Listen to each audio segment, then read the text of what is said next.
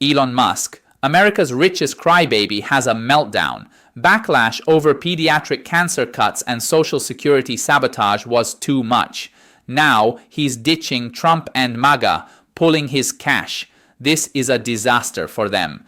We break down his tantrum and the fallout. Who's next to abandon Trump? Guess below. There's a bizarre contradiction running deep in the MAGA Republican base. On one hand, they seem to thrive on public embarrassment, but on the other, they crumble at the slightest criticism. And the poster child for that contradiction, none other than Elon Musk, perhaps the richest crybaby in America. Elon's ego clearly took a hit when people started pushing back against his decision to gut pediatric cancer programs and his not-so-subtle attempts to sabotage Social Security. Apparently, the backlash was just too much for him. In his latest tantrum, Musk made a jaw-dropping move. He's abandoning Donald Trump and pulling the plug on his MAGA allegiance. And for the far right, this is nothing short of a political disaster. We'll break down exactly what went down and why this could spell real trouble for MAGA's future. But first, if you're enjoying what we do here at Miles Vexler Reaction, take a second to hit that like button. And if you haven't subscribed yet, now's the perfect time. It really helps more than you might think, and your support means everything. Let's dive into the mess Musk just made for himself and his old MAGA pals. All right, I'll admit it. I graduated from college today, but that's not stopping us because there's way too much breaking news to cover. Even on a day like this, the chaos doesn't wait.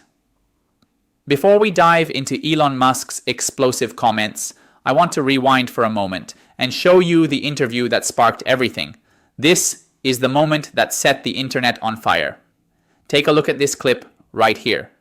My question is more about your work at Doge, for example. Was that worth it? You know, to the extent you are now, Elon, you were a somewhat divisive figure 2 years ago, but now you really are. I mean, there are people who love you, but there are a lot of people who dislike you, some of whom were your customers. And I wonder, was it worth the undertaking at Doge and everything else that you've done and how outspoken you've been in terms of the things you believe in to antagonize so many potential buyers and or users of things like a robo-taxi?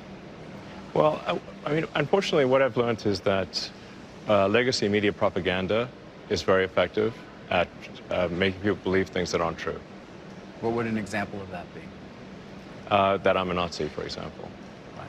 And how many legacy media publications, talk shows, whatever, try to claim that I was a Nazi because of some random hand gesture at a rally where all I said was that my heart goes out to you, and I was talking about space travel. So it's pretty obvious that Elon Musk's fragile ego has taken a serious hit.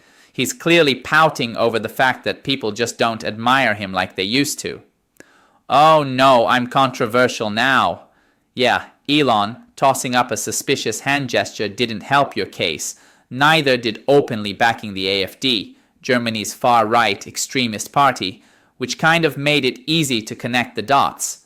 None of this is rocket science, even if you build them. It paints a picture of someone totally out of touch, surrounded by sycophants who never challenge him. When Elon rambles on about why the world supposedly hates him, it's not some grand media conspiracy. It's just people reacting to his actions. The more he tries to play the misunderstood genius card, the more it becomes clear he has no idea how he comes across. And worse, no one around him seems willing to tell him. Yeah, first of all, any program in USAID that had any semblance of merit was retained and folded into the State Department. So, and if there's some exception to that, we're all ears and we'd love to look at it. We just want to see the evidence that the program was actually doing good and not just funding graft in DC and warlords in some country. Because over and over again, we saw sympathetic sounding programs. Right. But when we actually said, well, please show us pictures of the recipients of the aid, or let us get into contact with them. No pictures were forthcoming. They didn't give us any contact information. And we're like, look, we're not going to send money to DC grafters and warlords. That's not a good use of money. So that's not what we're going to do. Now, invariably, when you stop waste and fraud, it's not like the fraudsters admit their guilt. They don't say like, oh, isn't it so great that the money we were getting fraudulently has been stopped? They will obviously come up with a sympathetic sounding claim but that claim has no merit. This article makes it crystal clear. A scorned Elon Musk has decided to shut off the cash flow for MAGA Republicans just as midterm season approaches.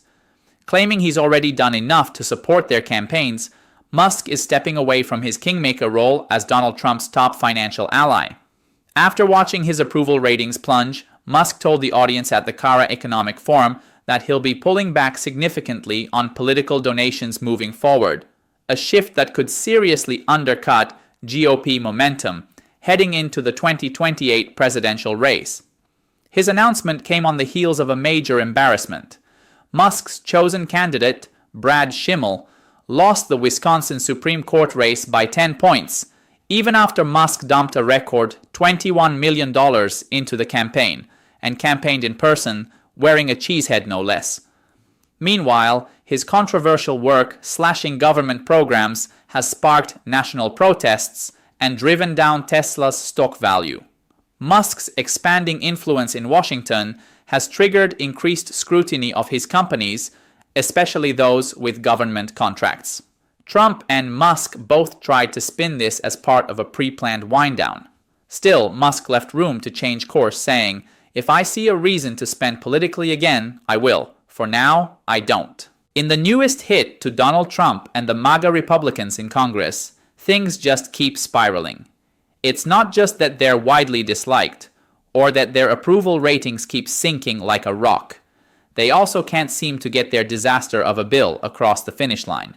And now, to make matters worse, their financial lifeline just snapped. Elon Musk, once their personal ATM, has effectively said, "I'm out." That's been the general vibe for MAGA lately. Failure after failure, with Trump dragging down their chances not just in the US, but in elections around the globe. The losses keep piling up, and the blame keeps circling back to the same man at the top. As Rachel Maddow breaks it down in detail, this isn't just a bad moment. It's a pattern of collapse for a movement that once thought it was untouchable. While all his own people are in the streets week after week demanding that he go, what does Donald Trump Jr. care about this guy? Guess. Guess. So in the middle of the capital city of Serbia, there is a ruined building. Used to be the headquarters of what was then the Yugoslav army, is now the Serbian army. And in 1999, that army headquarters building was bombed by NATO. All but destroyed it, that bombing. That was 26 years ago.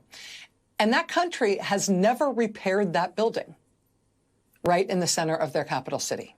They have preserved that wrecked building as a memorial to what happened in the war in the Balkans, to what happened in the NATO bombing campaign against their country. That ruined building is preserved officially as a national heritage site, a protected monument in that country. And Donald Trump would like to tear that monument down and build a luxury hotel and apartment tower there, literally on that site.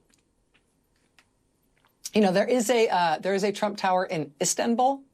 Istanbul, famously, is right on the Bosphorus Strait. It's right on the border between Europe and Asia. But that is as close as the Trump family has ever gotten to having a Trump Tower in Europe. Their Serbia plan to have the first ever Trump Tower in Europe, their Serbia plan is to tear down the most recognizable national heritage site monument in that entire country and turn it into Trump Tower Belgrade, you know, Trump Tower Serbia or something. It will be a joint operation between the Kushner family and the Trump family. Now, how can they do this, given that it's a national heritage site and protected under law? Well, that's one of those times where it comes in handy that there's no rule of law. Somehow the very Trumpy authoritarian president of that country, somehow he was able to come up with some kind of waiver, some kind of permission slip that said, actually, that site is no longer a protected national heritage site. The president said he got an opinion from a National Heritage Site expert, which said basically, meh, who cares about that site anyway? Go ahead, tear it down. And they said that expert opinion gave them the legal basis they needed to approve this big project for Donald Trump. And with that expert opinion in hand, with that being the legal basis for getting rid of the National Heritage Site designation, I mean, jackpot, right? Jackpot for some. The Trump and Kushner families thereby get permission to bulldoze the Serbian equivalent of Mount Rushmore in order to build themselves on that site a $500 million luxury development, while the regular people of that country get to be killed by collapsing train stations.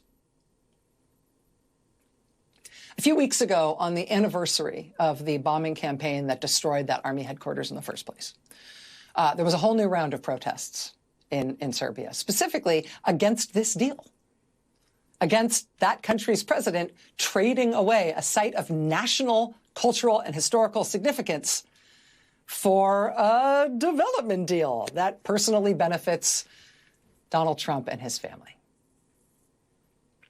But now, guess what has happened? Amid the relentless, just unrelenting, ever-increasing, ever-broadening, totally persistent, creative, totally unafraid pressure campaign from that country's citizens who have turned out into the streets again and again and again, this whole mess is all now falling apart. Headline: Trump-Kushner hotel project in Serbia hits snag. Alleged forgery. Forgery? What? Quote, the Trump family's $500 million luxury hotel project in Serbia, slated to be built on the site of a bombed-out defense ministry building, has run into an embarrassing complication. A key document the Serbian government has relied on to deliver this deal was forged, said officials this week. The leader of the Serbian agency charged with protecting cultural monuments admitted to authorities that he had forged a document allowing the former Yugoslav Ministry of Defense headquarters in Belgrade to be demolished and replaced with a Trump hotel. Officials said the agency's leader fabricated an expert opinion to justify the government's decision to strip the site of its cultural heritage status. The forged document served as the legal basis for lifting protection from the complex. The official has served as acting director of the Institute for the Protection of Cultural Monuments since June. He now faces criminal charges of abuse of office and forgery of official documents. Darn that rule of law! If it wasn't for the remaining rule of law and for those meddling kids. Oh. Now maybe there never will be a Trump Tower in Europe. Quote, Mr. Kushner's company said in a statement, quote, we will review this matter and determine next steps. Womp womp. This is our time to push back.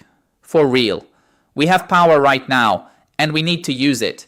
We can raise our voices, speak out, and make it clear we're not sitting on the sidelines. The world is waking up and taking action. So why shouldn't we? That's exactly what we're committed to doing here on Miles Vexler Reaction every single day. And now that I've officially graduated college, I've got even more time and energy to pour into this. This channel started right from my dorm room nearly a year ago, and the community we've built along the way has been nothing short of amazing. It honestly means the world to me. You've been with me through the ups and downs, and this journey is just getting started. We're going to keep pushing, keep questioning, and keep standing up for what's right. If this is your first time watching, yeah, maybe it's a bit odd that I just graduated. But not every day is a milestone like this. Still, if you feel like being part of something bigger, smash that subscribe button, leave a like, and if you made it to the end, drop a blue heart in the comments. Thanks for being here, and I'll catch you in the next one.